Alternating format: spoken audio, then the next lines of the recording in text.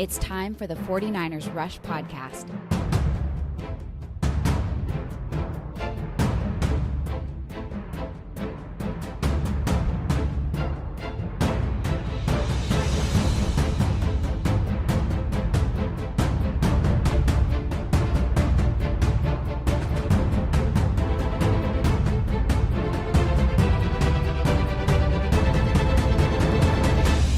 And here's your host, John Chapman. All right, welcome to another episode of the 49ers Rush Podcast. I'm your host, as always, John Chapman, and today's going to be a fun day. Really excited about this and been putting this together for quite a while. A little bit of a history report, if you will, of the 49ers and this new current front office with Kyle Shanahan and John Lynch, of course, and what it is exactly that they have done in 3 years with the draft. So what I wanted to do, I just wanted to step back, go pick by pick, round by round. We have 3 drafts, 2017, 18, and 19 with John Lynch and Kyle Shanahan, and try to see, jump into the mind. They say hindsight is 20/20. Well, we have now a little bit of depth, and some of this is going to be good, and some of this is going to be a little bit painful, but that's what we're going to try to do. We're going to try to jump through all 3 2017, 2018, 2019 drafts, the good and the bad. And I do want to give a quick update. If you are listening live, just want to say thanks. I really appreciate everybody joining us. But yeah, we did have a little bit of a scare at home. My 11-year-old Michael, who is the man, he got pretty sick. And so high fever, dry cough, a lot of different symptoms, whatever else. And if you follow me on Twitter, I kind of shared what the family was going through and not being able to get tested to getting tested after 4 doctor visits and all those things. But the test results did come back negative for COVID-19, which is great. It was just the flu, which is wonderful news. Hopefully other people that are listening, if they go through similar things or whatever, if you have any questions, be happy to help out with what we went through, just some of the hurdles. Still very difficult to get testing a lot of different places. We live in Pasadena, so it might be different where you are, but do want to say thank you for all the very positive vibes and thoughts. Really do appreciate that. The Faithful is an awesome community, and that we're going on our 4th year now with the 49ers Rush Podcast, and I've been able to meet a lot of different people and be around a lot of people at different events and games and whatever else, and it's just a real community. And so just want to say thank you. Really do. This is more than just a podcast. It started off as just something fun to do, and it's kind of turned into a lot more than that. So do want to say thank you again for joining us. If you have any questions or comments, please put those in there, chat, wherever you're listening through, whether that's Twitch, Periscope, Twitter, YouTube Live, or if you're listening on the traditional podcast, wherever it is that you download your stuff, please let me know what you think. And if you have any ideas or things that you would like me to cover, I am 100% here for you guys, and I will find a way to get you guys the stuff that you need. So let's jump in. 2017, brand new year, and they do a complete cleansing of the roster. And whenever I say they, we're talking John Lynch and Kyle Shanahan. I think actually Kyle Shanahan is the person who gets last choice on almost everything, but they're a team and they work together.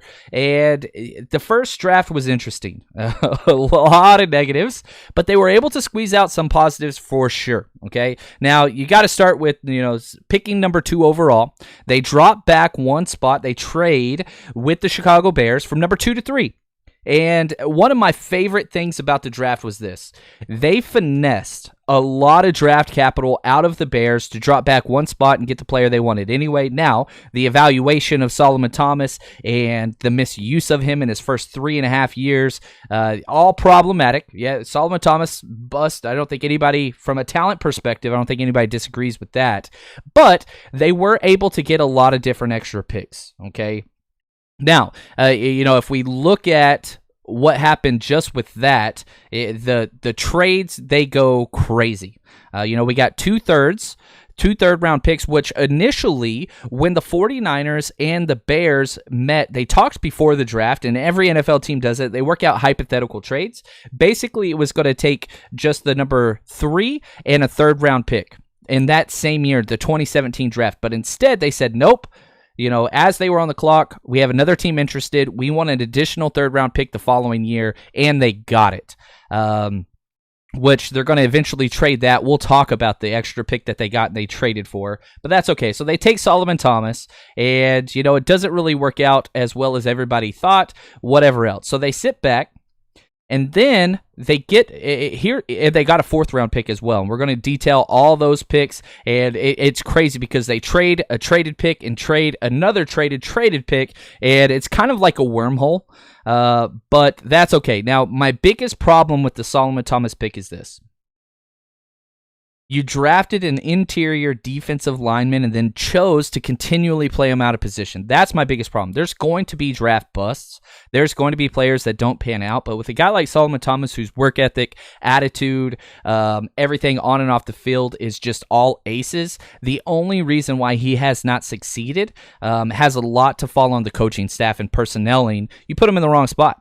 And that'd be okay if it was a third or a fourth round pick, but you got the number 3 overall player whenever you had all pro players like Jamal Adams, Marcus Lattimore, Trey White, TJ Watt, and of course the 2 quarterbacks, Mahomes and Deshaun Watson, but that's okay. So you've got to be honest when looking at your team. And I'm not one of those people that's just going to kiss ass and say only the positive things. That's not who I am. I'm a history teacher, and a part of history is being honest. And so you've got to look back and say, yeah, this was an obvious miss. Now, you stay in the first round, and the 49ers trade back in. We trade with the division rival. It's funny, whenever I do mock drafts and I'll do trades, and people will always say, oh, there's no way we trade with the division rival. We've traded with a lot of division rivals. We have traded with the Seahawks, Rams, and Cardinals all within the last 4 years. So teams aren't that hung up on trading within a division as fans are. So you need to understand that. Now, we trade up to number 31 and we get Reuben Foster. Now, initially, yeah, terrible trade. We understand he's no longer with the 49ers, probably not going to play for a long time, should not be allowed to play the NFL for his off-the-field stuff, whatever. But here's still, what did the Jags do, or what did the Seattle Seahawks do? They didn't get anything. Okay, we actually got more out of Reuben Foster than the Seattle Seahawks did. They got pick number 34 and number 111. So we packaged 34 and 111 to jump up to 31. We get Reuben Foster. Now, the Seahawks trade number 34 again to the Jags, who selected Cam Robinson, whatever. But the Seattle Seahawks took Malik McDowell, who was a defensive tackle out of Michigan State that I could not stand. Very explosive. He never started one game. And they got Tedrick Thompson. So both teams lost that one, even if we didn't trade up to get them. The players that were taken at those positions, number 34 and number 111 overall, absolute bust as well. Tedrick Thompson's probably the best player out of this deal, and he's not great. Now, we stay in the third round. And at pick number 66, we get a Kelo Witherspoon. Very high upside play, wonderful footwork, huge ceiling play. Soft for sure. Now, the thing with the Kelo Witherspoon is this. When he's healthy, which is an if, when he's healthy and he has confidence, he is a starter in this league. You could even say that he is a top-tier starter in this league. The problem is, we have seen him try to play through injuries, and we have seen him try to dig himself out of holes, and it is bad. So I think that there's a lot of rough stuff out there, but the issue is this. You've got to be able to take a player for what he can do, and I'm glad that Kelo Witherspoon is still around, and I think he's going to compete for a spot, but he's not a guy that you want to rely on. Anything we get out of Kelo moving forward is a positive. That's just the way that you have to see it. Now, we stay at pick 104. We get CJ Beathard, the quarterback, and he's still on the roster. I think this will be the last time they do that. I think the only way CJ stays on the roster is if we trade Nick Mullins, which we have rumors out of the front office. It's just not going to happen. They've been offered high draft capital and have turned it down every single time. So it does seem like Nick BDN is going to be back. Then the 49ers made a trade, and this one was interesting. We trade for Capri Bibbs, which I was not a fan of. He didn't eventually, make the roster, whatever else. But the Broncos got our future fourth rounder, which they spent on Deshaun Hamilton, which he's been a spot starter. Nothing really that special. But we fall back in the fifth round, and with pick number 177, we got Trent Taylor. I would prefer to have Trent Taylor straight up than Deshaun Hamilton. So we fell back and we got a great draft value in Trent Taylor, who was the star. He really was the star of the training camp this year going into the Super Bowl run, but the Jones fracture and then horrible surgery, infection. Hopefully he will be back this time. Bibbs was waived before the season. He never got one snap with the 49ers, but again, Trent Taylor over Deshaun Hamilton, I'm taking Trent Taylor. Now, and I think this is actually the worst pick. Solomon Thomas at 3 was bad. Reuben Foster at 31 was bad, even though he had some great starts. Talent's not an issue there. But then the 49ers trade up. And this was an awful trade. At pick number 121, we get running back Joe Williams out of Utah. Lots of red flags on and off the field. Definitely a lot of personal issues and loss with his family, which is rough. But he's never going to get a carry for the 49ers. And we gave up a lot. We gave up number 143 and 161. Guess who went for the Colts at pick 143, the same position, Marlon Mack, who I consider probably a top 12 back in this league. And they got Anthony Walker as well. Mack has over almost 1,600 scrimmage yards 2 years in a row, and Joe Williams was out of the league before the year even ended. So that's the bad. I think that's probably the worst pick of the Kyle Shanahan era.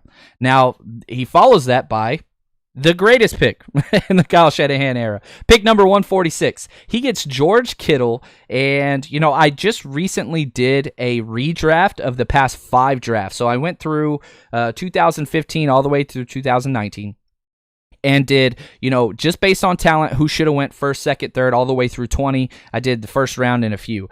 And in my 2017 redraft, George Kittle should have been the 3rd pick overall. I had Patrick Mahomes, Deshaun Watson, and then George Kittle. That's kind of where I had it and what that should have looked like. And so the fact that, now let's take a step back and let's look at this, because here's the deal. Let's say hypothetically we stayed at number 3 and we took George Kittle. Everybody would be happy with that now, with where he is. He's the best tight end in the league, and I don't think it's close.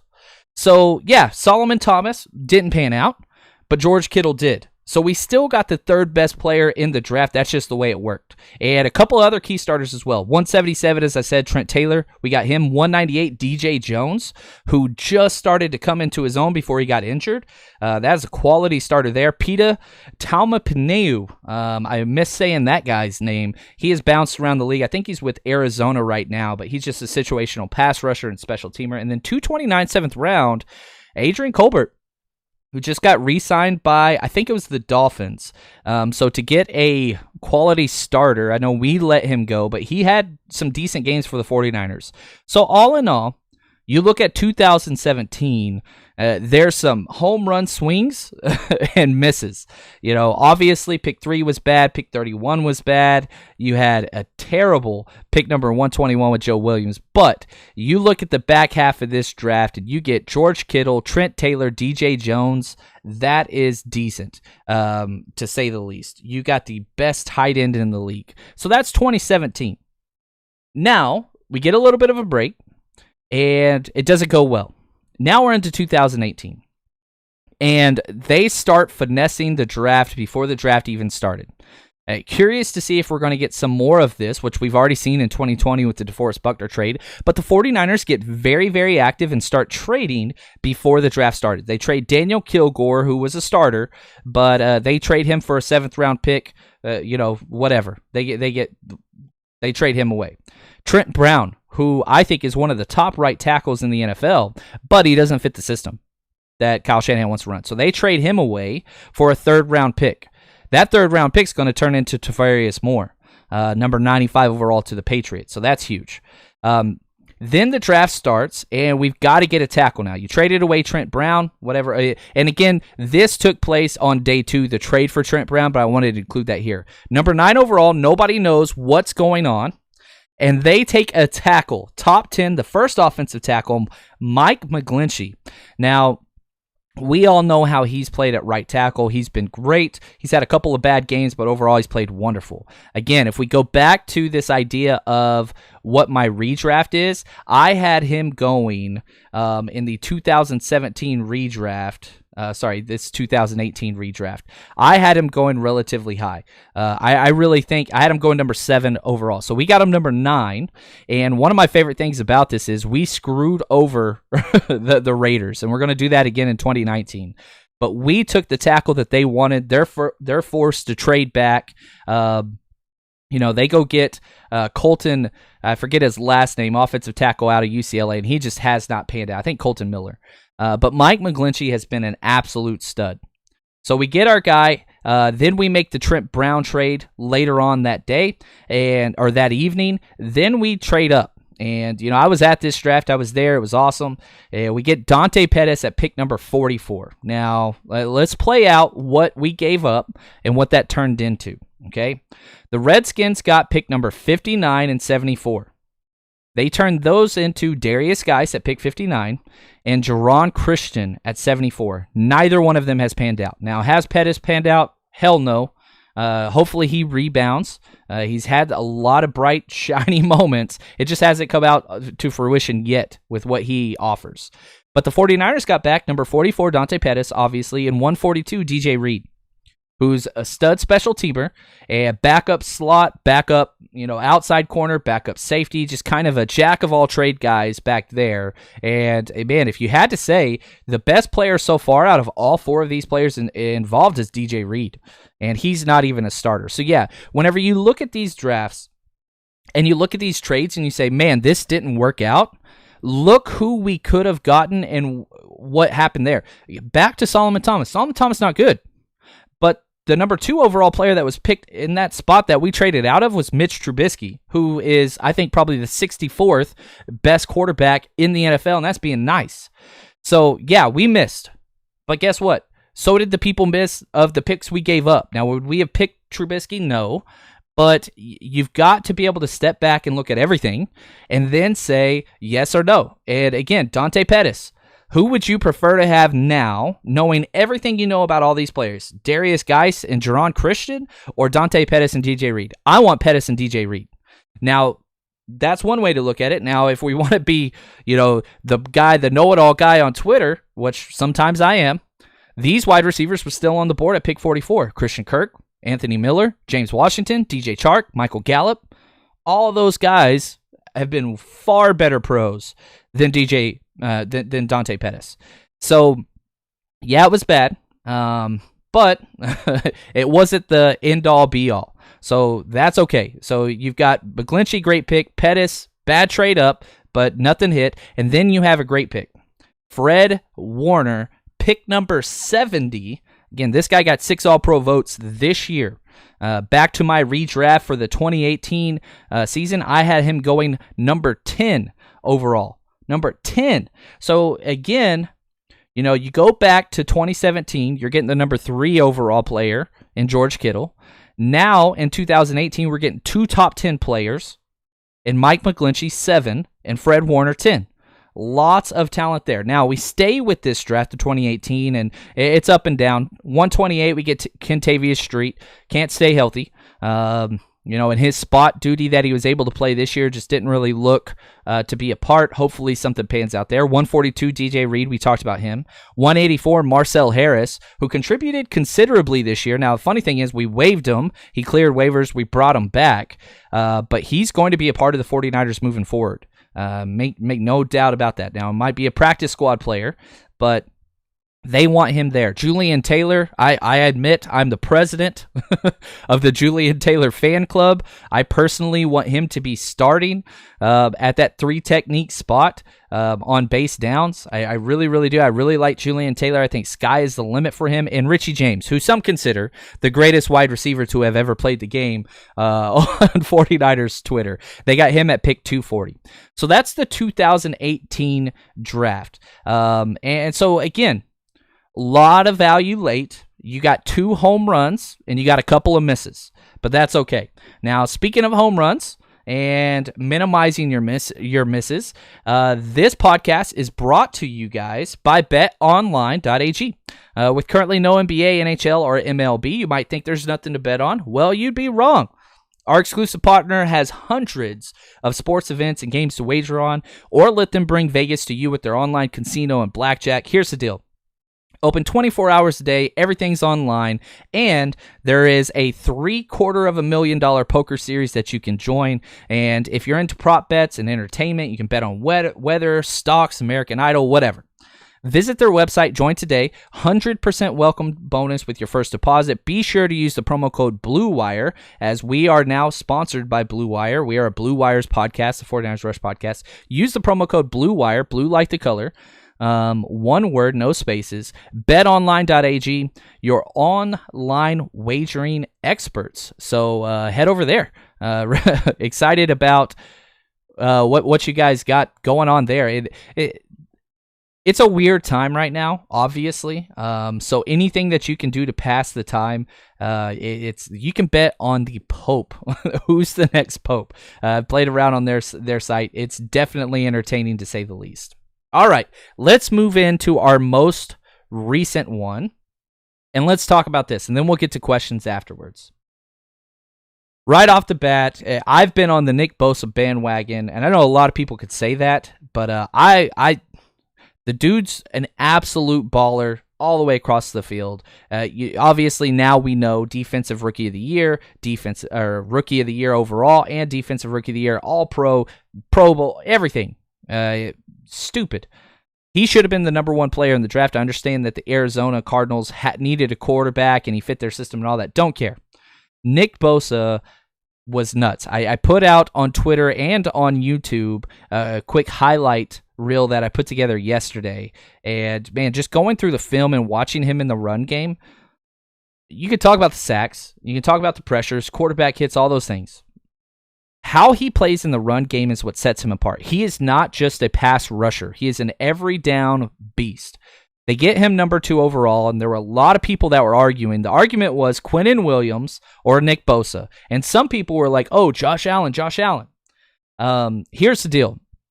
I'm going to put this out there on Twitter, and I know it's going to go bad.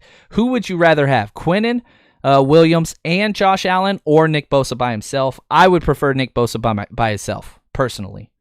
Absolute home run of a pick. You got so lucky. If Jimmy Garoppolo doesn't get injured, you don't get Nick Bosa. It's really weird the way it all worked. But Nick Bosa,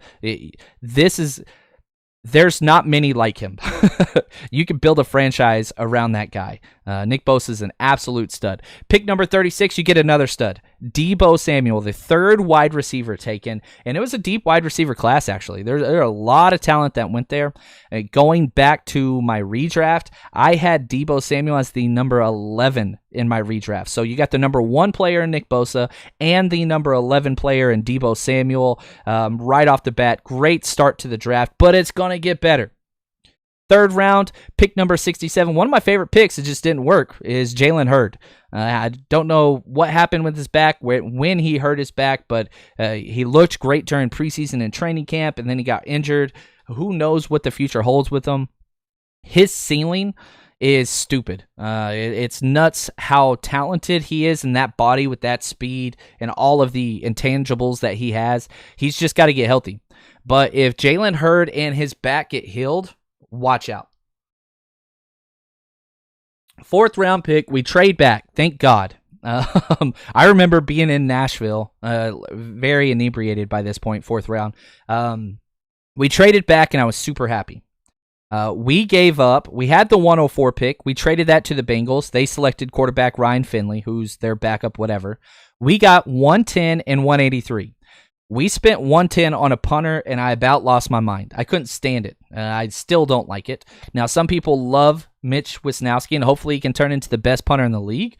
His first year in, definitely a bottom 5 punter starter. So it seems so far the pick is bad. However, we drop back to 183. That's just a free pick. We get Justin School. That's an excellent pick.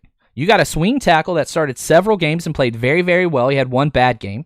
But if we would have stayed at 104 and took Justin School and got those results, you'd be so happy. So Mitch Wishnowsky is just he's a bonus. He was supposed to be the main guy, but hopefully he shapes up just a little bit.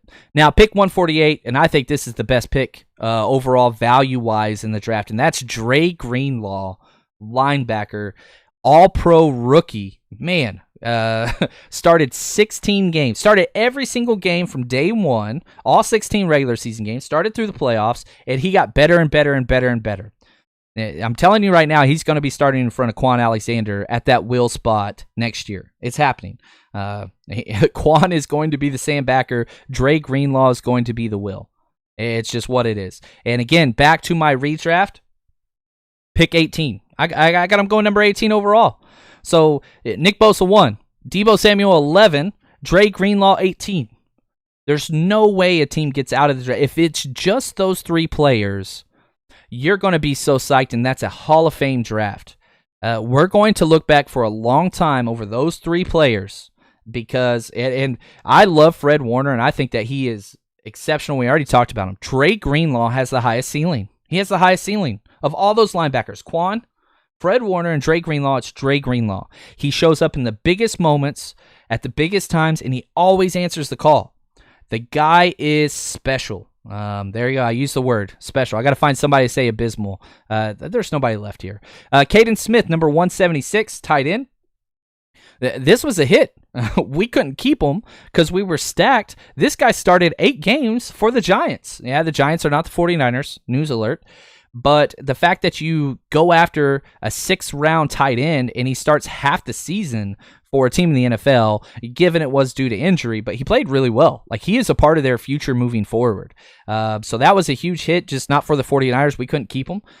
We just had too stout of a roster, and I think we're going to see that again in 2020. We have 5 picks. The 49ers have 5 picks in the 5th, 6th, and 7th round. There's no way in hell all those players are going to make it. Anyway, moving on, Justin School, we talked about 183, and then our last pick, 198, was Tim Harris, a high upside athletic corner. He just never played in a game. He didn't catch on anywhere else either, so that one was kind of seen as a bust. But the 2019, if we look back over the last 2 drafts, okay, or if we let's rank all 3 of these drafts, 2019, you're going to be talking about for a long time. Perhaps one of the greatest 49ers drafts ever, and it's only been 1 year. The fact, usually you want to get 2 to 3 starters each draft. That's what you want. 49ers are looking at 2 to 3 all-pro players just from the 29, and it's their rookie year. Hopefully that continues and they keep trending up. 2018 would be second. Great draft. Mcglinchey, Fred Warner. Those 2 guys are awesome, but there's not much after that. And then, of course, the 2017 draft would be last place for me. And really, you got Kittle in there. He kind of saved it, but that's about it. So those are the last 3 drafts, and I think it tells us a lot with kind of the mentality and the trades that took place and what they're trying to do, where they hit, where they missed. And guys, the 2020 draft, they're going to be misses. Now, right after the draft, I'm going to tell you why every single player was a perfect pick and how they fit and what their strengths are and all that stuff, because we get so excited after the draft. It's my favorite weekend of the year. But how do they fit? How do the coaches use them? And these draft picks, they're going to have a rough time because the 2020 49ers have one of the deepest rosters in the entire NFL. Now, before we jump off, I want to get through some questions that have been put up here. Really appreciate everybody joining us. If this is your first time listening, just want to say thank you. Hit subscribe wherever it is you're listening. Hit that up arrow, the thumb, or whatever, the like button, if you will. That helps us out considerably. Typically, we're doing NFL draft stuff, and I'll be sharing more of that coming up. But I wanted to make sure we step back and just kind of saw the forest instead of the tree, see where we have been and why it is that this roster is the way that it is and what we're going to see moving forward. So a couple questions. Here we go. From Niner by Nature. John, if we draft Ruggs and Goodwin gets his act together, how can anyone stop this offense? Yeah, I don't think Goodwin's going to be around unless he restructures. His plan was to compete for the Olympics. but the Olympics are canceled, so at least postponed. So that's going to be interesting. Goodwin's been through a lot off the field with family issues and deaths and all that stuff. I can tell you this from personal experience, there's not a better human being than Marquise Goodwin out there. Wish nothing for the best for that guy, but it does seem like his days with the 49ers are numbered. I think a new situation would benefit him. Ruggs, you are correct. Absolute perfect fit for the 49ers. Speed, routes, hands, all those things. People think he is just a speed guy. That is not the case. Please go back and look through the feed here. I put a lot of different, on the 49ers Rush podcast, I did a whole podcast on Ruggs. And yeah, I love this guy. The film that he puts out in his routes, absolutely impeccable.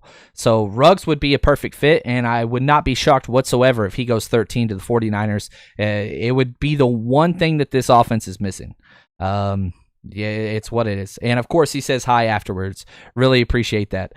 Here's something that I wanted to talk about. The Phenom put this in there. Assuming we stay at 13 and 31, who you got? I'm going wide receiver and cornerback. I would prefer a wide receiver or corner at pick 13. I do think C.J. Henderson, I do think Christian Fulton are worth that pick. They're not my first choices. My first choice would probably be Jerry Jeudy. But I do agree with the idea of a wide receiver or cornerback. Now, offensive tackles definitely, if one of those 4 offensive tackles is there at 13, I think the 49ers consider it. I really do. I'm not sure how long Staley stays. He could be done now. Staley might not play in 2020. Let's just be honest. If that's the case, are you comfortable with School stepping in? I personally am not. I want School to be our swing backup tackle. Daniel Brunskill is not a tackle. Yes, he played tackle, and he played well, but they are moving forward with him as their right guard. Now, at 31, I really want, if Cesar Ruiz is there at pick 31, I don't care who else is there. One, he could start at guard, and he could start at center. But I'd prefer him to start at center. Ben Garland's 32. Not quite sure if Weston Richburg's ever going to be healthy enough to finish the season. And when he has been out there, he hasn't been that great. So if we could get an elite center, which I have a very high grade on Cesar Ruiz out of Michigan, I would love him at 31. The problem is I don't think he's going to be there at 31. I think that he is going to be gone. So if that's the case, I want to trade back. Again, if Cesar Ruiz is there at 31, I'm taking him. I don't care who else is available. He is the guy that I want there. Matthew, right here. Best wishes to your family. Thank you, Matthew. Really appreciate that. Are the 49ers the only top NFC team who didn't get better this offseason so far, including the Cardinals? I don't think so. That's a rough one. Kyle Shanahan came out and said his entire goal was to keep this team together. And he's done that, albeit from 2 starters. And that's DeForest Buckner, which you got a 13th overall pick back. So, we're going to get better through the draft there. And that's Emmanuel Sanders. We offered Emmanuel Sanders a deal. He chose to get more money with the Saints. He even came out and said the numbers were right with the Saints, not the 49ers. So the 49ers offered a team-friendly deal. We've got a lot of big contracts coming up that we want to get extensions done with. And so that's what that is. Now, do you want to give that type of money, which you couldn't have paid to DeForest Buckner and Eric Armstead, so they chose Armstead on a team-friendly deal and get the 13th overall pick, versus DeForest Buckner getting top-tier money, $21 million a year, and maybe a third-round pick for Armstead? I personally like that decision as well. But we are returning the most starters in the NFL. We lost 2. That's it. We lost 2. If you want to count Mike Person in there, that's 3. But personally, I don't consider him a starter. Yes, he started the most of the game, so from that standpoint, sure. But there was no doubt on anybody's mind that right guard was a huge position. I think we've upgraded already with Brunskill. But this is what it is. Teams at the top, everybody tries to catch, and the salary cap helps them with that. I do think the 49ers have the best roster in the NFL. I think the Saints are number 2. From depth and all those things. Now, if you want to talk superstars, you got to put the Chiefs in there, and you got to put the Ravens in there as well. But the 49ers, trust me, if every team sat down and said, who's the one team you don't want to play, I guarantee you the 49ers would get the most votes. So that roster is solid. Is it as good as last year? Maybe not, without Buckner and Sanders, but we had 16 players on IR going into the Super Bowl. So a lot of those guys are coming back, and we've got 2 first-round picks. How many Super Bowl contenders get 2 first-round picks? We were in the Super Bowl. Now we have pick 13 and 31. So we are going to get better. We're going to stay young. Curious to see what's going to happen there. But yeah, I do get the question. I don't know. From the Phenom, staying with you, Trayvon Diggs at 31 would be an ideal fit for our defense. I agree. I like Diggs. He is probably, I keep going back and forth. If we stay at 31 and go corner, I think A.J. Terrell is a better fit for our defense. I think he's ready to start day one over Trayvon Diggs. The thing about Trayvon Diggs is his ball skills. So if you're a guy that values interceptions over a lot of different things, Trayvon Diggs would be the play there. But I think A.J. Terrell, from a physical standpoint, started 4 years for Clemson. He's ready to go right now. Diggs converted from wide receiver, and he's still kind of raw, even though he's coached by Nick Saban. But it depends on what you want. Are you trying to go for the home run, higher ceiling? That's Diggs. Are you trying to go for the safer, will not bust prospect? That's going to be A.J. Terrell. So a couple options there at 31. I like that. Here we go. Another question here.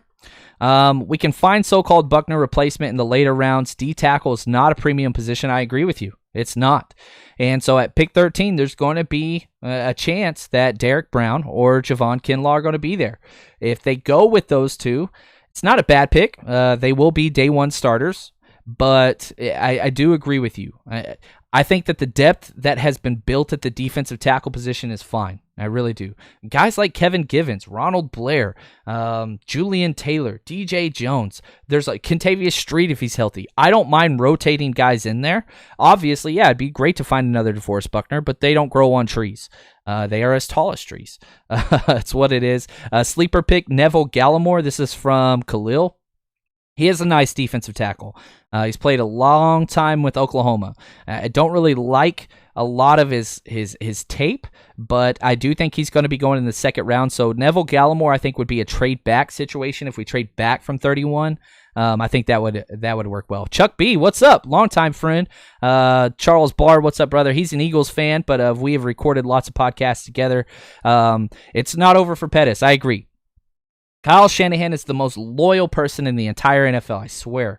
And so we'll have to see what happens. Hopefully Pettis can rebound and everything kind of responds and goes very, very well with him. And who knows, man, if you can get anything out of that guy, I really do think sky's the limit for this offense because they're already great. The 49ers offense is great. It's top 5. It's really top 3. So if you're going to add a first-round wide receiver and Dante Pettis kind of responds the way he's supposed to, then you got to watch out. From Nick here, jumping to the end of the questions as we wrap up here. Would you rather help our defense or our offense with our top pick in the draft? If one of those wide receivers, I think it would be a perfect fit. I really, really do. There are not wide receivers like Jerry Jeudy, CeeDee Lamb, and Henry Ruggs. So the fact that the 49ers have an option to get one of those, and I'm not big on drafting wide receivers early, but this is a deep draft. You could wait there. But if you can get one of those guys paired with Kyle Shanahan, I really, really like it. I really like it. So personally, that's me. That's just what I would do. Here we go, Melody. Shout out to Melody here for the question. If they go to 17 games, where will they get the extra game? So what has been proposed, and this isn't happening in the 2020 season, okay? They have the opportunity to do this in the 2021 season, which the owners are going to vote for because it's way more money. But what's going to happen is, and again, this is just what I'm hearing, and I think it's the best one, is they're going to rotate. AFC teams will get, all of the AFC will get an additional home game, and the NFC will have to travel. And then all of the following year, all of the NFC will get an additional home game, so 9 home games, and the AFC would have to travel. And I think what they would probably do is it would be a rotating system, very similar. So like the 49ers will play every team in the AFC West and the NFC East, okay? And then we also play, let's say we finish first in our division, so we're also going to play the first team in so many different divisions. They're going to add another one of those. That's my guess is how they're going to do it. But yeah, the CBA is going to be interesting. They did make the change for the 2020 season, if it happens and when it happens, that there are going to be 14 playoff teams instead of 6. So that change actually happens now in 2020. So only the first seed gets a bye. There's going to be 3 playoff games on Saturday and 3 playoff games on Sunday during Wild Card Weekend, which is going to be a lot of fun. I made this comment on Twitter. If the Rams weren't going the wrong damn direction, the NFC West could get every single team in the playoffs this year. That's how good of a conference it is. I really do believe in the Arizona Cardinals. Obviously, the DeAndre Hopkins thing helps for sure, but Seattle Seahawks, they're close to the top of the conference. I think the Arizona Cardinals are closing in, and the Rams I think are done. I really do. I think they're going to have to blow up even more of their roster if they want to compete, just because there's so much. They mishandled the cap so bad. They mishandled the draft so bad. They don't have any draft picks. They have no money. They're not bringing in any additional talent. I hate the Rams, but yeah, it's what it is. Anyway, so that's going to do it for us. Hopefully you enjoyed this. Head over to @JL_Chapman on the Twitter feed if you want to interact and more draft questions. Really do appreciate everybody joining us, and we will be back as always. Stay strong and stay safe and stay away from people. Stay strong, faithful.